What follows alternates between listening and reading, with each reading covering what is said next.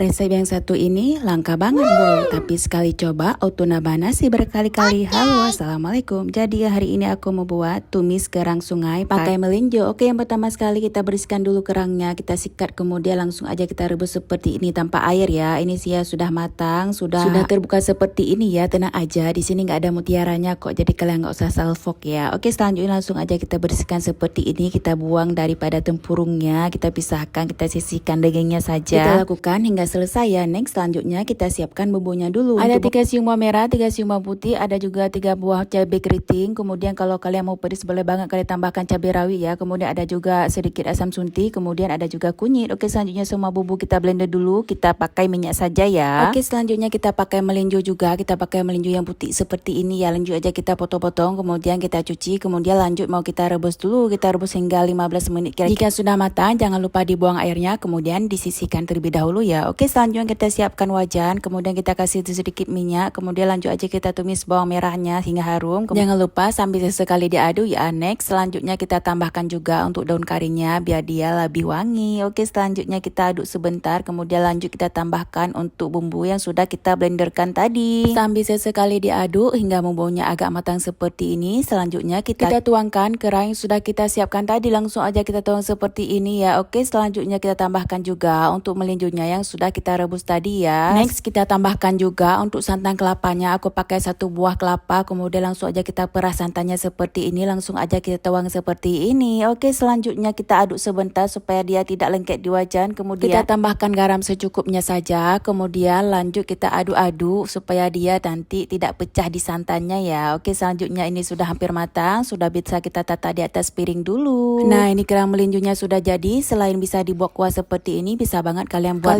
mie instan pakai kerang ini, cobain rasanya pasti lebih enak. Terima kasih sudah menonton videonya, jangan lupa coba resepnya ya. Salam sayang.